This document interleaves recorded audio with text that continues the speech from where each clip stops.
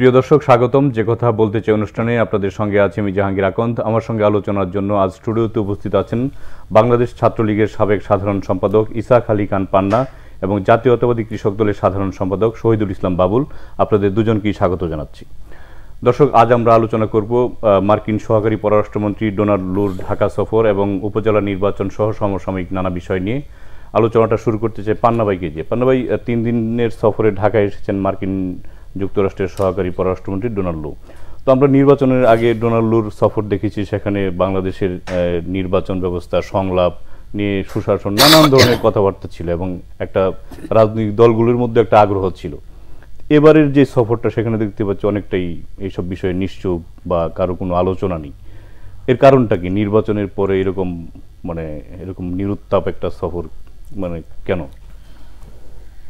আপনাকে ধন্যবাদ জানাচ্ছি।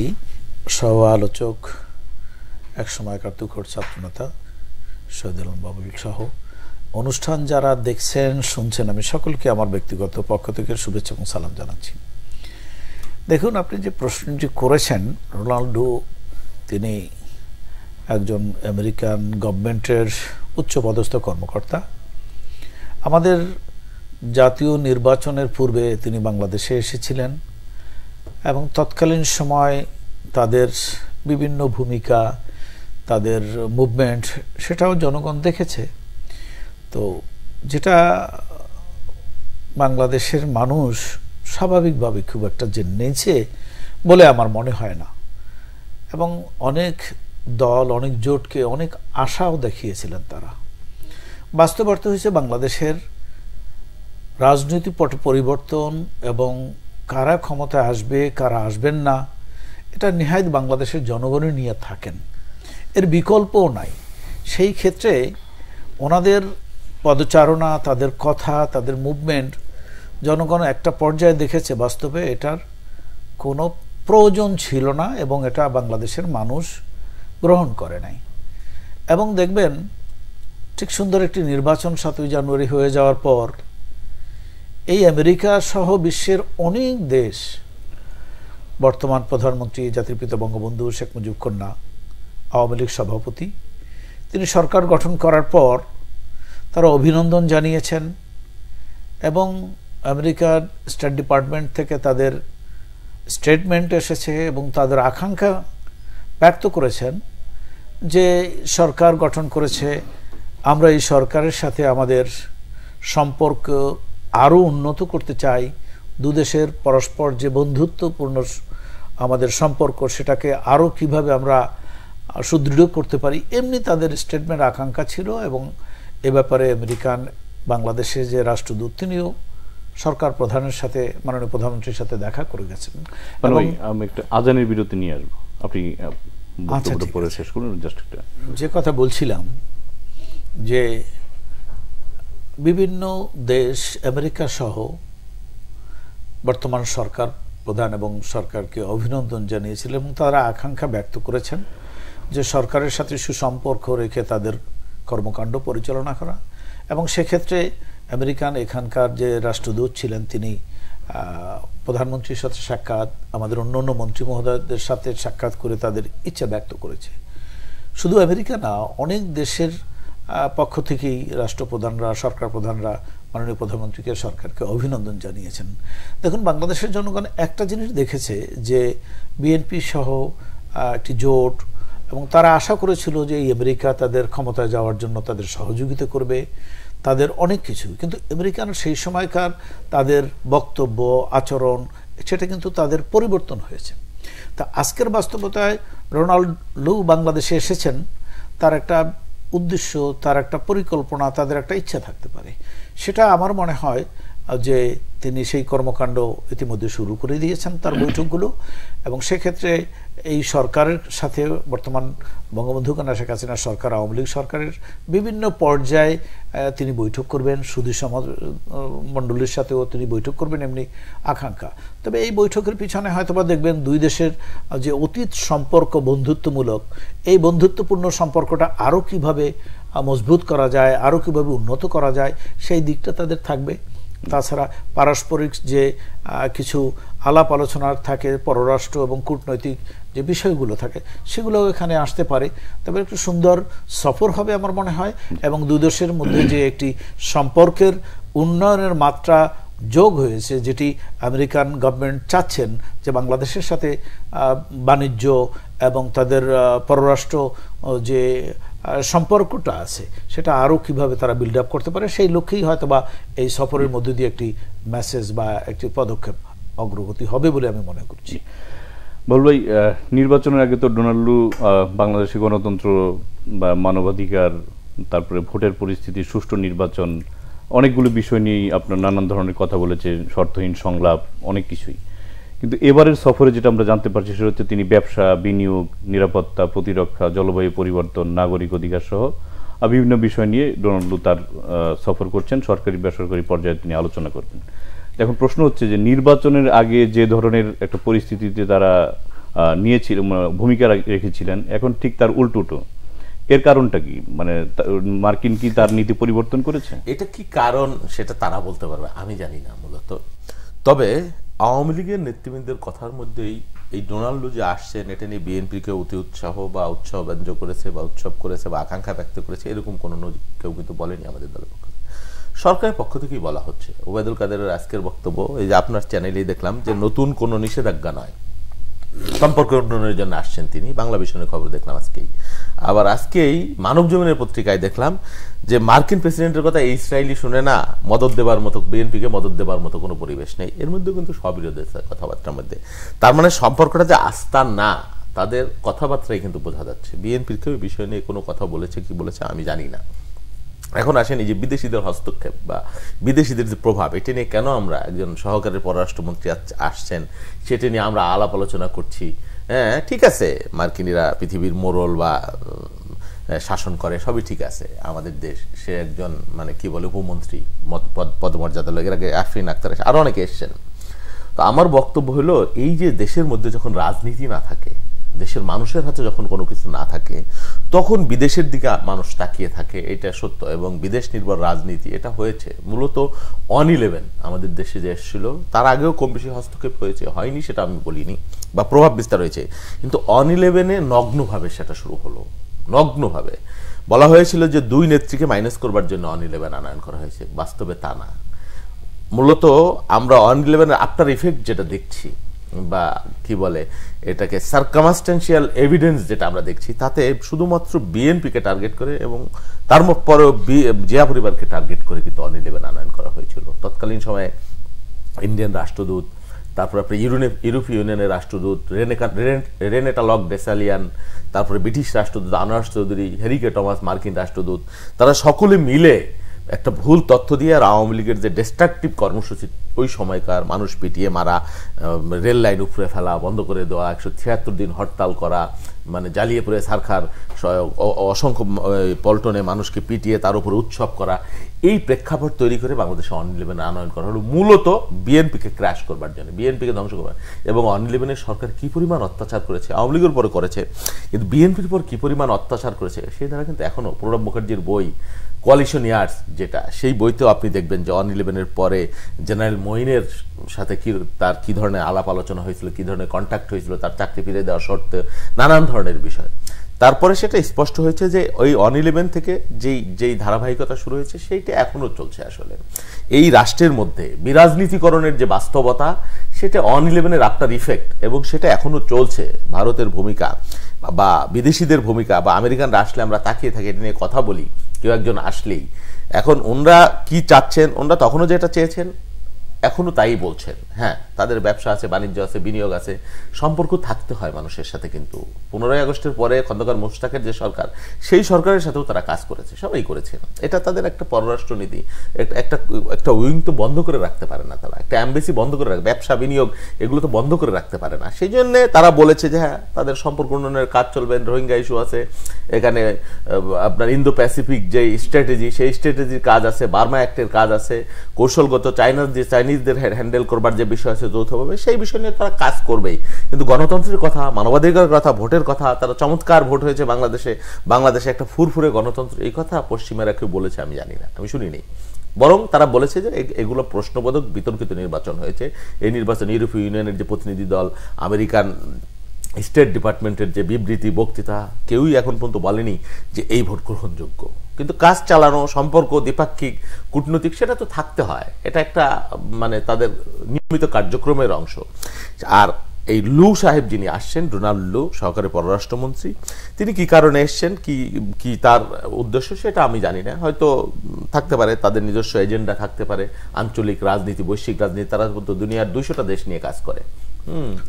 এই তাদের সেই নিজস্ব তাদের যে গোল সেটা তো থাকবেই। আমি যেটা বলছি যে বাংলাদেশের মানুষের অধিকার ক্ষুণ্ণ হচ্ছে। বিএনপি কখনো কখনো বলেনি যে আমাদেরকে ক্ষমতা এনে দিতে হবে বা আমাদেরকে এটা করতে হবে। গণতান্ত্রিক বিশ্বের যে কেউ, জাতিসংঘ সহ কেউ যদি গণতান্ত্রিক মানুষের জন্য কথা বলে, কাশ্মীরের নিপীড়িত মানুষের জন্য আমরা কথা বলি, এটা তো অন্যায় না। বাংলাদেশের গণতন্ত্রের জন্য যদি এই ফিলিস্তিনের মানুষের উপর নিপীড়ন হচ্ছে সেটা নিয়ে আমরা কথা বলছি, সেটা তো অন্যায় হতে পারে না। এখন বাংলাদেশের মানুষের গণতান্ত্রিক আকাঙ্ক্ষার পক্ষে যদি কেউ কথা বলে, মানবাধিকার রক্ষার জন্য যদি কেউ কথা বলে, কেউ যদি স্যাংশন দেয়, নিশ্চয়ই বাংলাদেশের মানুষ সেটা খুশি হবে। এটা তো সকল মানুষেরই দাবি। বাংলাদেশের মানুষের ভোটের অধিকার বঞ্চিত, বিরাজনীতিকরণ চলছে, রাজনৈতিক নেতৃত্বের কোনো মূল্য নাই, ব্যবসায়িক নেতৃবৃন্দ চলে আসছে, নায়ক, গায়ক, নায়িকা সব আমাদের পার্লামেন্ট ভরে ফেলা হচ্ছে। আপনি জানেন যে এই পার্লামেন্টে যত দিন যাচ্ছে, এই পার্লামেন্টে কত 76 না কত % ব্যবসায়িক প্রতিনিধি দল। এই নির্বাচনের নামে শত শত কোটি টাকার উৎসব হচ্ছে। আপনি বিএনপিকে একপাশে সরিয়ে রাখেন, তারপরেও যেটা হচ্ছে আপনি দেখেন, এই যে ইসহাক আলী খান পান্না ভাইয়ের মতো লোক, আমাদের সময়ের দাপুটে ছাত্রনেতা, আমরা আমাদের ছোট মানে কি সুদর্শন, ঢাকা বিশ্ববিদ্যালয়ে, উনি কত বছর আগে ছাত্রলীগের জেনারেল সেক্রেটারি ছিলেন। ওনার রাজনীতিতে কোনো স্থান নাই, পদায়ন নাই, নির্বাচনী এলাকা ছেড়ে দেওয়া হচ্ছে। এই সবকিছুই কিন্তু বিরাজনীতি ফল। সেই জন্য বলা হয় যে তোমারে বধিবে যে গোকুলে বাড়ি শেষে। এই যে বিরাজনীতিকরণ করা হচ্ছে, রাজনীতিকে বাইরে, শেষ করে দিচ্ছি, রাজনীতিকে বিদেশি শক্তির দ্বারা নিয়ন্ত্রণ করবার জন্য যে স্পেস দেওয়া হচ্ছে, এটা আমাদের সৃষ্ট। মানে ওই আপনার স্যার একটা প্রশ্ন, সেটা হচ্ছে যে নির্বাচনের আগে আপনার মার্কিন যুক্তরাষ্ট্রের সাথে আওয়ামী লীগ বা সরকারের একটা সম্পর্কের একটা টানাপোড়েন বলি বা অবনতি আমরা দেখতে পেয়েছি। সেখান থেকে এখন ব্যবসা বাণিজ্য নিয়ে আলোচনা করার জন্য ডোনাল্ড লু আসছেন, তারপরে বিনিয়োগ, জলবায়ু, নিরাপত্তা, এইসব। তো এতে কি আপনি কি মনে করেন যে সম্পর্কটা আগের চেয়ে ভালো হয়েছে এবং এতে কি আওয়ামী লীগ খুশি কিনা? দেখেন, খুশি আর বেজারের তো বিষয় না। নির্বাচনের পূর্বে আওয়ামী লীগের যে স্ট্যান্ড ছিল, গভর্নমেন্টের যে বক্তব্য ছিল যে নির্বাচন হবে বাংলাদেশের সংবিধানের ভিত্তিতে, বাংলাদেশের জনগণই নির্ধারণ করবে যে রাষ্ট্রীয় ক্ষমতা কারা যাবেন। আওয়ামী লীগ যদি সেখানে নির্বাচিত সংখ্যাগরিষ্ঠ আসন যদি না পায়, তাহলে আওয়ামী লীগ ক্ষমতায় যাবে না। কিন্তু কোনো বিদেশি মোড়ল আওয়ামী লীগ বা কোনো রাজনৈতিক দলকে নিয়ন্ত্রণ করবে, তাদের নির্দেশে দল পরিচালিত হবে, এটা আওয়ামী লীগ কখনো বিশ্বাস করে না। আওয়ামী লীগ একমাত্র বিশ্বাস করে যে ক্ষমতার উৎস হচ্ছে জনগণ, যেটা জাতির পিতা বঙ্গবন্ধু শেখ মুজিব বলেছেন। সেই নীতিতেই কিন্তু বঙ্গবন্ধু কন্যা শেখ হাসিনা দেশ এবং সরকার দুটোই পরিচালনা করতেছেন, সংগঠন সেভাবে চলছে।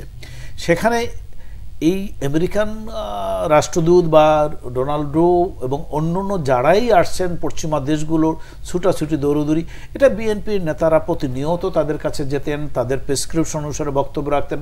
তারাও কূটনৈতিক রীতিনীতি ভঙ্গ করে তারা স্টেটমেন্ট দিতেন, বক্তব্য রাখতেন, যেটা আসলেই দুঃখজনক বিষয় ছিল। এক্ষেত্রে আমাদের সরকারের পররাষ্ট্র মন্ত্রণালয় থেকে একাধিকবার হুঁশিয়ার বা তাদেরকে সতর্ক করিয়ে দিয়েছেন যে এগুলো তাদের সীমা লঙ্ঘনের মতোই। তো সেই জায়গা থেকে তারা তাদের অবস্থান পরিবর্তন করেছেন। তারা দেখছেন যে হ্যাঁ, সরকার প্রধান বঙ্গবন্ধু কন্যা শেখ হাসিনা এবং যে অবস্থানে আছেন সেটি সঠিক, এটা তারা বুঝতে পেরেছেন। আজকের বাস্তবতায় তিনি যেটা এসছেন, বাণিজ্য এবং বিভিন্ন সম্পর্ক, বিভিন্ন বিষয় নিয়ে আলোচনা করার জন্য। দেখেন, আমাদের জাতির পিতা বঙ্গবন্ধু শেখ মুজিব এই স্বাধীন বাংলাদেশে একটি কথা বলেছিলেন যে তার পররাষ্ট্র নীতি নির্ধারণ করেছেন, কারোর সাথে বৈরিতা না, সকলের সাথে সুসম্পর্ক। এই স্লোগানকে সামনে রেখেই কিন্তু বর্তমান সরকারও চলছে, বঙ্গবন্ধু কন্যা শেখ হাসিনার সরকার। অতএব আমেরিকান গভর্নমেন্ট কোনো এক সময় কিন্তু বলেছিল বাংলাদেশকে যে বটমলেস বাস্কেট। আজকে কিন্তু সেই বাংলাদেশ, বঙ্গবন্ধু কন্যা শেখ হাসিনা কোন জায়গা থেকে, যে বাংলাদেশ একবার ছিল আপনার দুর্ভিক্ষের বাংলাদেশ, জলোচ্ছ্বাসের বাংলাদেশ, ভিক্ষুকের বাংলাদেশ, এই দুর্নীতির চ্যাম্পিয়ন বাংলাদেশ, সেই বাংলাদেশ কিন্তু আজকে সম্পদের বাংলাদেশ হয়েছে। উন্নয়নশীল একটি জাতি হিসাবে আমরা মাথা উঁচু করে দিয়েছি। সেই পশ্চিমারা কিন্তু আজকে বলে যদি বাংলাদেশের মানে অভূতপূর্ব যে তাদের উন্নয়ন, তোমরা অল্প সময়ের ভিতরে একটি জাতি, একটি দেশ, একজন লিডার কিভাবে এত উন্নত করতে পারে, তোমরা যদি শিখতে চাও তাহলে বাংলাদেশে যাও। আজকে পাকিস্তান বলে তাদের দেশের নাগরিকরা আমাদেরকে বাংলাদেশ বানিয়ে দাও। আজকে পাকিস্তানের প্রধানমন্ত্রী বলে যে বাংলাদেশ ছিল তাদের কাছে একসময় লায়াবিলিটিস, সেই বাংলাদেশ আজকে সম্পদ। তারা আজকে লজ্জাবোধ করতেছে তাদের দেশ পাকিস্তানকে নিয়ে, বাংলাদেশকে নিয়ে তারা আজকে গর্বিত মনে করে। বাংলাদেশকে তারা আজকে ঈর্ষার জায়গায় দেখতেছে যে কোন জায়গায় বাংলাদেশ চলে। অর্থাৎ বাংলাদেশকে আজকে আমাদের প্রধানমন্ত্রী বঙ্গবন্ধু কন্যা শেখ হাসিনা যেই মাত্রায় নিয়েছেন, সেই জায়গার থেকে পশ্চিমারা বলেন, ইউরোপিয়ান ইউনিয়ন বলেন বা আমেরিকা আজকে যে তাদের লক্ষ্য নিয়ে আসছে যে আমাদের সম্পর্ক বিল্ড আপ করার জন্য, সেখানে তাদের সাথে আমাদের গার্মেন্টস সেক্টরের একটা ব্যবসা দীর্ঘদিন পর্যন্ত আমাদের চলে আসছে, সেটা কীভাবে বিল্ড আপ করা যায়, জলবায়ু নিয়ে আলোচনা হতে পারে। পররাষ্ট্রমন্ত্রীও বলেছেন যে বিভিন্ন বিষয় নিয়ে কিন্তু আমাদের তার সাথে আলোচনা হতে পারে। সেই জায়গা থেকে আমরা তো নিশ্চয়ই বাংলাদেশ গভর্নমেন্ট বা এই সরকার চাইবে যে এই দেশকে আরও সামনের দিকে এগিয়ে নিয়ে যাওয়ার জন্য আমাদের ভারত যেভাবে আমাদের অকৃত্রিম বন্ধু, আমরা তাদের সাথে সুসম্পর্ক বজায় রাখি, রাশিয়ার সাথে আমাদের সম্পর্ক বজায় রাখি, আমেরিকার সাথেও আমাদের সম্পর্ক বজায় রেখে আমাদের রাষ্ট্র পরিচালনা করতে। তারা তো আমাদের শত্রু না, তারা বন্ধু। কিন্তু আমেরিকা বিগত দিনে আওয়ামী লীগের উপরে বা এই দলের নেতৃত্বের উপরে যে তাদের একটা ভুল ছিল ধারণা, বা জাতির পিতা বঙ্গবন্ধুকে স্বীকৃতি না দেওয়া, আমাদের স্বাধীনতার বিরোধিতা করা, সপ্তম নৌবহর পাঠানো, সেখানে রাশিয়া অষ্টম নৌবহর পাঠাবার পর তারা ফিরে গিয়েছেন। এই যে তাদের বিগত দিনের ভুল পদক্ষেপগুলো তারা পলে পলে এখন উপলব্ধি করতে পারতেছে বলেই আজকে বঙ্গবন্ধু কন্যার কাছে এসে তারা সহযোগিতা চাচ্ছে, সম্পর্ক উন্নয়ন করতে চাচ্ছে।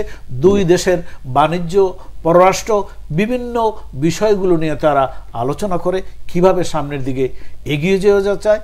আমরাও বাংলাদেশ বিশ্বের অন্য অন্য দেশের সাথে তাল মিলিয়ে একটি উন্নয়নশীল জাতি, একটি ডিজিটাল বাংলাদেশ, আগামী দিনে কিভাবে স্মার্ট বাংলাদেশ গঠন করা যায় সেই লক্ষ্যেই তো সরকার কাজ করছে এবং সেই বিষয়ে তার সাথে আলাপ আলোচনা হবে।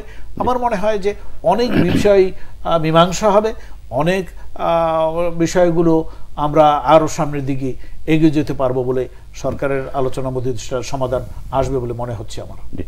বলবো কালকে বিএনপির মহাসচিব বলেছেন যে বিদেশি কে আসলো না আসলো তা নিয়ে বিএনপির কোনো আগ্রহ নেই। তো এখন আমার প্রশ্ন হচ্ছে যে আমেরিকার সাথে কি বিএনপির সম্পর্ক নির্বাচনের আগে যেরকম ছিল তার থেকে কি একটু শীতলতম হচ্ছে বা চির ধরছে? আমি বলি, বিএনপির কেউ কখনো বলেছে যে আরেকটি বার ক্ষমতায় রেখে দাও? কোনো বিদেশির কাছে বলেছে? আপনি বলেন, বলেছে? আওয়ামী লীগের পররাষ্ট্রমন্ত্রী বলেছে যে ভিক্ষা চাই, আরেকটি বার ক্ষমতায় রাখতে হবে। এই ধরনের বক্তব্য এসে ভারতকে যা দিয়েছি ভারত সারা জীবন মনে রাখবে। বিএনপি কখনো বলেছে আমেরিকা যে যা দিয়েছি আমেরিকা চিরকাল মনে রাখবে? বিএনপি কেউ বলেছে যে ভারতের সাথে আমাদের সম্পর্ক স্বামী স্ত্রীর মতো? এই কথা কেউ বলেছে? ওবায়দুল কাদের সাহেব, ডেইলি স্টারের কথা বলি, নির্বাচনের সময় ভারত পাশে দাঁড়িয়েছিল, স্বীকার করতেই হবে, ওবায়দুল কাদের সাহেবের বক্তব্য। তারপরে ওবায়দুল কাদের সাহেব আরও বলছেন যে ভারত পাশে না দাঁড়ালে নির্বাচন করতে পারতো না সরকার। বক্তব্যগুলো আপনি শুনেন। তারপরে তাদের যে মিত্র শক্তি জাতীয় পার্টি, তিনি তো প্রকাশ্যে বলেছেন 3 বিদেশি শক্তি আওয়ামী লীগকে ক্ষমতায় রাখতে কাজ করেছিল। পরিষ্কার বিষয়গুলা কিভাবে কি হয়েছে সেটা আমি যে বললাম 111 থেকে শুরু হয়েছে। বিএনপি কেউ কাউকে যায় বলেনি যে আমার তো খাবার ছিল না, আমার আশ্রয় ছিল না, তোমরা আমাকে আশ্রয় দিয়েছো, চাকরি দিয়েছো, খাবার দিয়েছো।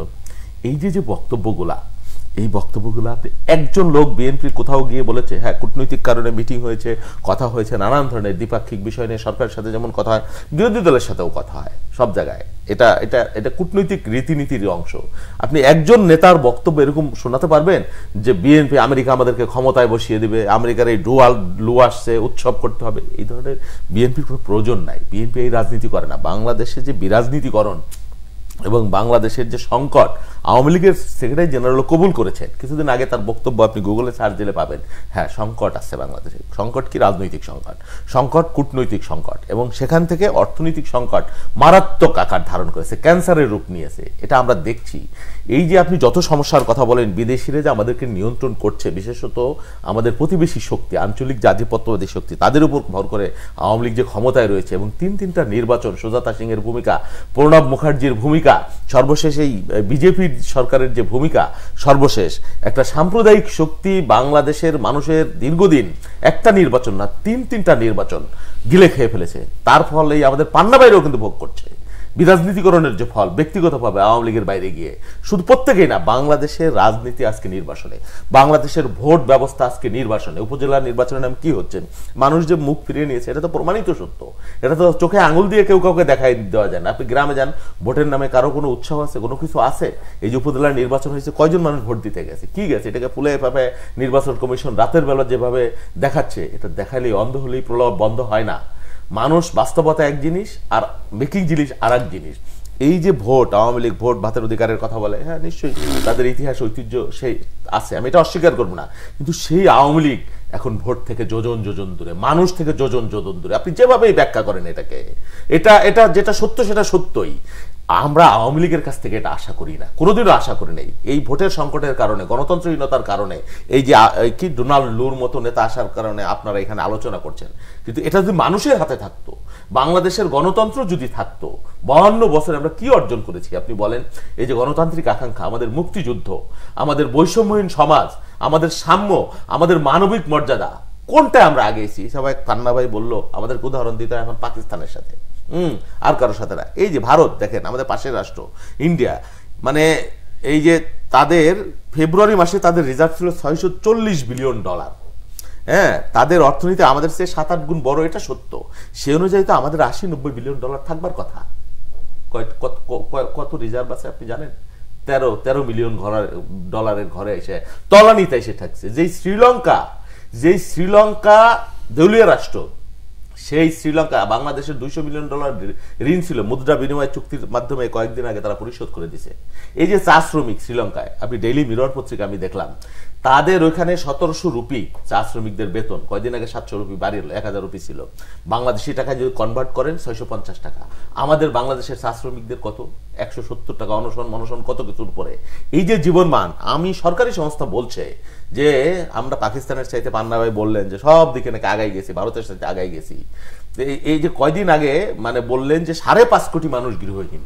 সরকারি সংস্থা বিবিএস বলছে, বিআইডিএস বলছে যে 4.5 কোটি মানুষ খাবার কিনতে গিয়ে ঋণগ্রস্ত হচ্ছে এই বাংলাদেশে এই মুহূর্তে। ওয়ার্ল্ড ব্যাংক বলছে এই সংখ্যা 37%, 5.5 কোটির উপরে মানুষ। অসত্য? আপনি বলতে পারবেন? অন্যদিকে কি দেখছি? আমি পান্না ভাইয়ের কথা বলছি না, ওনারা আওয়ামী লীগের ত্যাগী নেতা, ছাত্রলীগ রাজপথের মানুষ। এই আওয়ামী লীগের প্রোটেকশনে, রাষ্ট্রীয় প্রোটেকশনে হাজার হাজার কোটি টাকা বাংলাদেশ থেকে বিদেশে পাচার হয়ে যাচ্ছে। বাংলাদেশের ব্যাংকগুলো লুট হয়ে গেছে একটার পর একটা। এগুলো সামাল দিতে পারছে না। বাংলাদেশের ব্যাংকে অভ্যন্তরে কি হচ্ছে, অর্থনীতিবিদরা বলছেন যে ভিতরে কি হচ্ছে এটা বললে নাশকতা হয়ে যাবে। বাংলাদেশ ব্যাংকের ভিতরে কি হচ্ছে, ফরাসুদ্দিন আহমেদের মতো বলছে যে আমি বাঁচতে চাইবো, বলতে পারবো না। এই রাষ্ট্রটাকে কোথায় নিয়ে গেছেন আপনি? মুক্তিযুদ্ধের আকাঙ্ক্ষাকে কোথায় নিয়ে গেছেন আপনি? মুখে বলছেন যে মুক্তিযুদ্ধের একমাত্র সোল এজেন্ট আওয়ামী লীগ, অথচ সমস্ত কাজ করছেন মুক্তিযুদ্ধের চেতনা এবং আকাঙ্ক্ষার পরিপন্থী এই আওয়ামী লীগের দ্বারা হচ্ছে।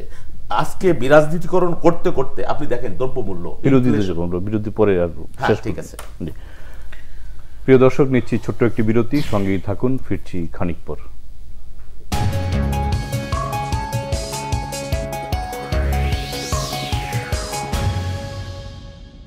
প্রিয় দর্শক, আবারও স্বাগত জানাচ্ছি যে কথা বলতে চাই অনুষ্ঠানে। ফিরছি আলোচনা, যাচ্ছি পান্না ভাইয়ের কাছে। পান্না ভাই, আমরা একটু প্রসঙ্গ চেঞ্জ করে উপজেলা নির্বাচনের দিকে যেতে চাই। প্রথম ধাপের উপজেলা নির্বাচন শেষ হয়েছে এবং দ্বিতীয় ধাপ সামনে রয়েছে। তো প্রথম ধাপে আমরা যেটি দেখেছি যে ভোটার উপস্থিতি অনেক কম। তো অনেকেই বিরোধী মতের তারা সমালোচনা করছেন যে যারা আওয়ামী লীগের নেতাকর্মী তারাও কেন্দ্রে যাচ্ছেন না। তো ভোটারদের কিংবা আওয়ামী লীগ নেতাকর্মীরা কেন কেন্দ্রে যাচ্ছেন না?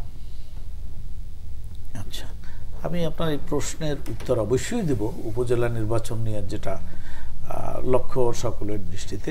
কিন্তু আমার সহালোচক যে আলোচনাগুলো করলেন, একটু যদি কথা না বলে আসি তাহলে একটু কেমন।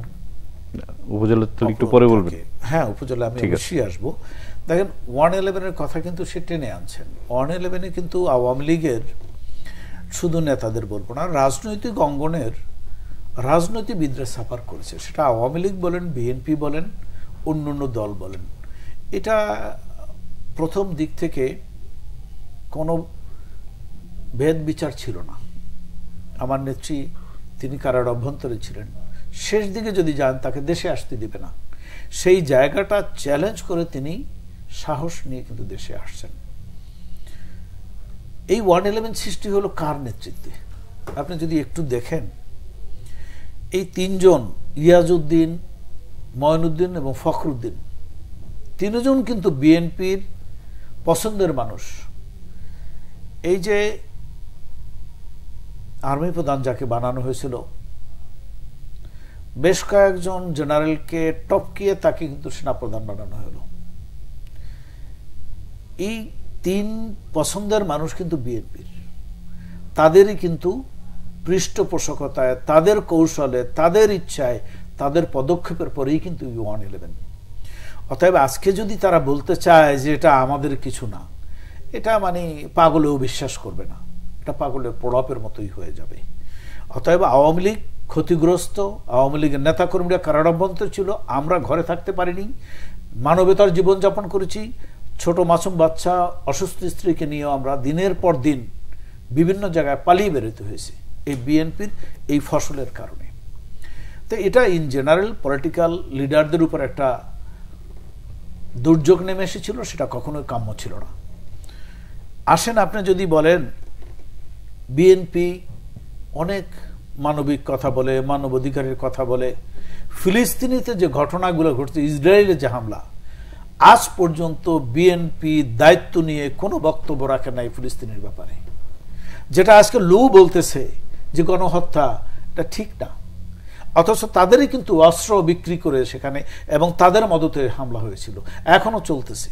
আজকে হয়তো বা তাদের স্ট্র্যাটেজি, তারা কৌশল চেঞ্জ করতেছে। বিএনপি কি করতেছে? এদেশের মানুষের কথা বলবে, বহির্বিশ্বে মানবতার বিরুদ্ধে কথা বলবে, অথচ ফিলিস্তিনের ব্যাপারে বিএনপির স্টেটমেন্ট না। জাতি দাবি করে, মানুষ আকাঙ্ক্ষা আছে যে বিএনপি এ ব্যাপারে কথা বলুক, কিন্তু তাদের নেতৃবৃন্দ এ ব্যাপারে কথা বলছেন না। আজকে দেখেন সাম্প্রদায়িক শক্তির কথা আলোচনায় নিয়ে আসছে বাবুল, কিন্তু জাতির পিতা বঙ্গবন্ধু শেখ মুজিবকে 75 15ই আগস্ট সপরিবারে এবং কারার অভ্যন্তরে জাতীয় নেতাকে হত্যার মধ্য দিয়ে এই বাংলাদেশের সাম্প্রদায়িক শক্তির উত্থান করেছিল জিয়াউর রহমান এবং বিএনপি। এই বাংলাদেশে শাহ আজিজ প্রধানমন্ত্রী হয়েছে, এই বাংলাদেশে কুখ্যাত রাজাকার ধর্মমন্ত্রী হয়েছে মাওলানা মান্নান, জয়পুরহাটে কারাগারে ছিল আব্দুল আলিম, তাকে এনে মন্ত্রী বানিয়েছিল। এই সাম্প্রদায়িক শক্তির রাজনীতি করার সুযোগ, ধর্মভিত্তিক রাজনীতি জিয়াউর রহমান করে দিয়েছে। গোলাম আজমকে বাংলাদেশে পাসপোর্ট দিয়ে জিয়াউর রহমান নিয়ে এসেছে। এই বাংলাদেশে বাদ দেন, আপনি যদি বেগম জিয়ার আমলে আসেন, বাংলা বাইরে তৈরি করেছে এই বেগম জিয়া এবং এই বিএনপি। এই বাংলাদেশে সাম্প্রদায়িক রাজনীতির উস্কানি, উত্থান এবং মদত, আশ্রয় প্রশ্রয় দেওয়া বিএনপি। অতএব এই বিএনপি যদি বলে সাম্প্রদায়িক শক্তি উত্থান কোথা থেকে হলো, কিভাবে হলো, কারা হলো, তাহলে মানুষ তো হাসে এই কথাগুলো শুনবে। আজকে আমরা কথা বলছি, মানুষ বলবে এই মুক্তিযুদ্ধের চেতনা, মুক্তিযুদ্ধের কথা নিয়ে আসছে। আমি তাকে ধন্যবাদ জানাই যে বিএনপিতে এখনো বাবুলের মতো ছাত্র নেতারা নেতৃত্ব দিচ্ছে, যারা মুক্তিযুদ্ধের কথা চিন্তা করে, তাদেরকে অভিনন্দন জানানো উচিত। এই বিএনপি কিন্তু মুক্তিযুদ্ধের সকল চেতনা ধ্বংস করেছে। মুক্তিযুদ্ধের সময় তাদের নেতার অবস্থান মানুষ কিন্তু প্রশ্ন করে। আমি সেই নিয়ে আলোচনায় যাচ্ছি না। অতএব এখানে আলোচনার জন্য আবার অর্থ পাচারের কথা আসছে। অর্থ পাচার আগেও হয়েছে, এখনো যে হয় না তা না, কিন্তু দালিলিকভাবে কি আছে, এই কোকো সাহেব বিদেশে অর্থ পাচার করেছে, তারেক জিয়া অর্থ পাচার করেছে, বিএনপির নেতারা 1000 কোটি টাকা অর্থ পাচার করেছে। বাংলাদেশ ব্যাংক কোকো সাহেবের অর্থ বাংলাদেশে ফেরত আনছে, রেকর্ড আছে, বাংলাদেশে অর্থ পাচার করেছে, টাকা ফেরত আনছে এবং আরো টাকা আসবে, সে প্রক্রিয়াও চলছে, তাদের টাকা ফেরত এনেছে। অতএব রেকর্ড আছে যে তারা অর্থ পাচার করেছে এবং বাংলাদেশ গভর্নমেন্ট সেটা এনেছেন এবং অনেক টাকা ফেরত আনবে। অতএব এই কথাগুলো আলোচনার জন্য আলোচনা বলতে পারে, চটকদারি কোনো কথা বলতে পারে, একজন কর্মী তার উৎসাহিত হতে পারে, আমার নেতা এই কথা বলেছেন। আজকে বিএনপির নেতা কোথায়? এই বিএনপির নেতাদের নেতৃত্ব দানকারী তিনি থাকেন লন্ডনে। আজকে পার্টি অফিসে মারামারি হয়, স্লোগান হয়, নেতা থাকে লন্ডনে, আমরা থাকি রাজপথে, নেতা থাকে বালাখানায়, আমরা থাকি জেলখানায়। নেতৃত্ব দেবেন, সাহস নিয়ে দেশে আসেন। অর্থ পাচার করে বিদেশে থাকে, আইএসের টাকায় বিলাসবহুল জীবনযাপন করে মানুষের কথা বলা যায় না, দেশের মানুষের কথা ভাবা যায় না, জনগণের ম্যান্ডেট পাওয়া যায় না। রাজনীতি করবেন, আসেন, রিস্ক নেন, মোকাবিলা করেন, তাহলে সেটা হবে। নির্বাচন আসলে নির্বাচন করবেন না, আবার ক্ষমতা যাওয়ার লিপ্সা থাকবে, এটা তো হয় না। এই উপজেলা নির্বাচনে দেখেন যে কথাটিতে আপনি বললেন, উপজেলা নির্বাচন একটি সুন্দর সফল জাতীয় নির্বাচন 7ই জানুয়ারি হওয়ার পরে আজকে উপজেলা নির্বাচন আছে। বাংলাদেশের নির্বাচনগুলো নিয়ে চুলচেরা বিশ্লেষণ করলে কোনো নির্বাচন আলোচনার বাইরে না। তবে তুলনামূলকভাবে কিন্তু এই গত 7ই জানুয়ারির নির্বাচন অনেক ভালো নির্বাচন হয়েছে। সেই ক্ষেত্রে এখন উপজেলা নির্বাচন এটি কে করবে?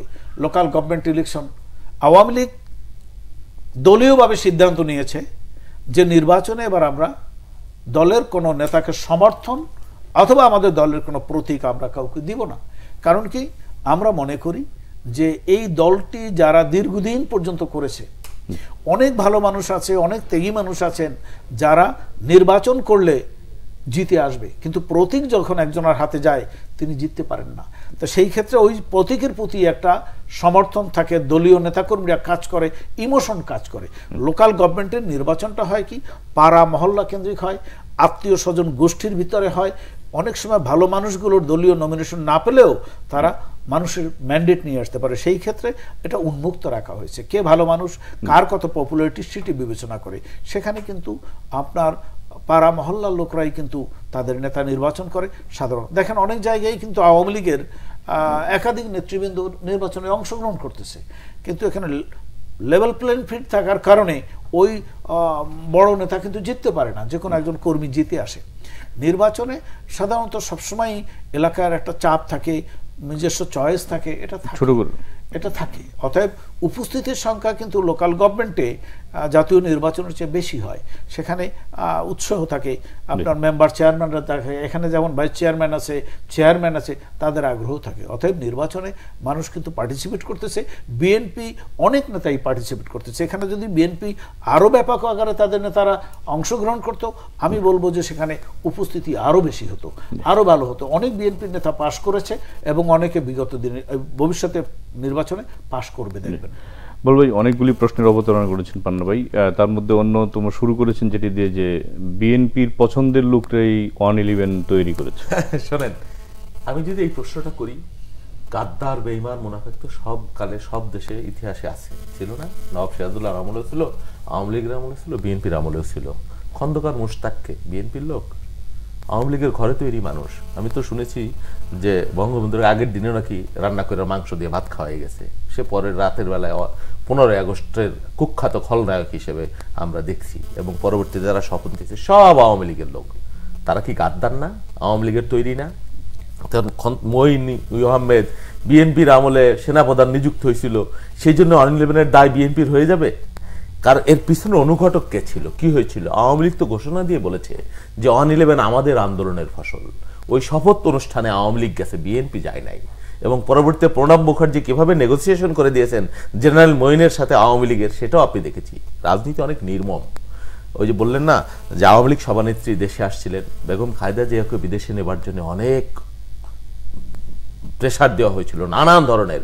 আমি তার উপরে যে অত্যাচার হয়েছে, তার সন্তানদেরকে হত্যা করা হবে, এরকম কথাও তাকে শোনানো হয়েছে, কিন্তু তিনি কিন্তু দেশ ছেড়ে যান নাই, তাকে এক বিন্দু টলাতে পারে নাই। যদি বেগম খালেদা জিয়া চলে যেতেন, বাংলাদেশে 9 সালে নির্বাচন হয় না, ইতিহাস অন্যরকম হতো। আওয়ামী লীগের উচিত ছিল বেগম খালেদা জিয়ার প্রতি কৃতজ্ঞতা প্রকাশ করা, অন্তত 111-এর ভূমিকার জন্য, যেই জন্য আওয়ামী লীগ ক্ষমতায় আসতে পারলো। প্রতিদান কি হয়েছে আপনি জানেন না? আপনি দেখেননি? বলছেন পান্নাভাই বলছেন যে কি 111 বিএনপি আমদানি করেছে। আপনি জানেন যে আগে আওয়ামী লীগের সভানেত্রী গ্রেপ্তার হলো, পরে বেগম খালেদা জিয়া গ্রেপ্তার হলো, আদালতে তার সাথে যে অশোভন আচরণ করা হলো তার জন্য প্রথম বিবৃতি দিয়েছিলেন বেগম খালেদা জিয়া 111-এর সময়। আপনার মনে আছে কিনা আমি জানি না, এটা রেকর্ডেড। কিন্তু তো প্রতিদান কি হয়েছে, রাজনীতির ইতিহাস কি হয়েছে আপনি সবই জানেন। এগুলো নিয়ে আমি আর ওইভাবে সেজন্য আর কথা বলতে চাই না। তারেক রহমান দেশে আসে না কেন, এই রেকর্ড বিদেশে থেকে রাজনীতি করার রেকর্ড বাংলাদেশের আছে, সব তামাম দুনিয়ায় আছে।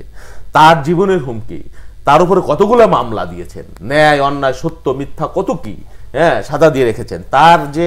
তার যে মামলায় যিনি রায় দিয়েছেন তিনিও দেশে থাকতে পারেন নাই, সেই বিচারক। পক্ষান্তরে বেগম খালেদা জিয়ার মামলায় যিনি রায় দিয়েছেন তিনি অ্যাপিলে হাইকোর্টের বিচারপতি হয়েছেন, আবার হাইকোর্টে যিনি সাজা বাড়িয়ে দিয়েছেন তিনি অ্যাপিলের ডিভিশনে হয়ে গেছেন। এরকমও তো আমরা দেখেছি বাংলাদেশে। তো এখন ওই বিচারের কথা যদি আপনি বলেন, আমার আর কিছু বলবার নাই। ইসরায়েলের প্রসঙ্গ আসেন, ফিলিস্তিনের জনগণের জন্য আওয়ামী লীগের অনেক বন্ধুত্ব, অনেক মায়া কান্না। কোনোদিন তো দেখলাম না ফিলিস্তিনের জনগণের পক্ষে আওয়ামী লীগের কোনো একটা অঙ্গ সংগঠন কোন জায়গায় একটা কর্মসূচি পালন করেছে, কি করেছে আওয়ামী লীগ এত বড় রাজনীতি করে, এটা করে, ওই ফিলিস্তিনের জনগণের পক্ষে দাঁড়াইতে আমরা দেখলাম না। তারপরে ইসরায়েল থেকে ওই ফাঁদের অস্ত্র কে কিনেছে, ইসরায়েলি পাসপোর্ট সারা বাংলাদেশ জন্মের পর থেকেই ইসরায়েলে নিষিদ্ধ ছিল, সেটা কে উন্মুক্ত করে দিল? পাসপোর্ট থেকে ইসরায়েলের নিষেধাজ্ঞা কে উন্মুক্ত করে দিল? This is Awami League. মানে উপর দিয়ে পানি ঢালা আর তল দিয়ে কাটা, এটা বলা আর করা এটা ভিন্ন জিনিস। কিন্তু সেটাই আমি বলছি, মানে ইসরায়েলের সাথে প্রযুক্তির ফাঁদ আমদানি করা সব রকম। কয়েকদিন আগে খবরের কাগজে দেখলাম যে বাংলাদেশে ইসরায়েলি জাহাজ কোনোদিন যেটা আসেনি বিমান, সেটা নাকি গোপনে রাতের বেলায় ঈদের ছুটির মধ্যেও আসছে। তো কি বলবেন আপনি এগুলারে?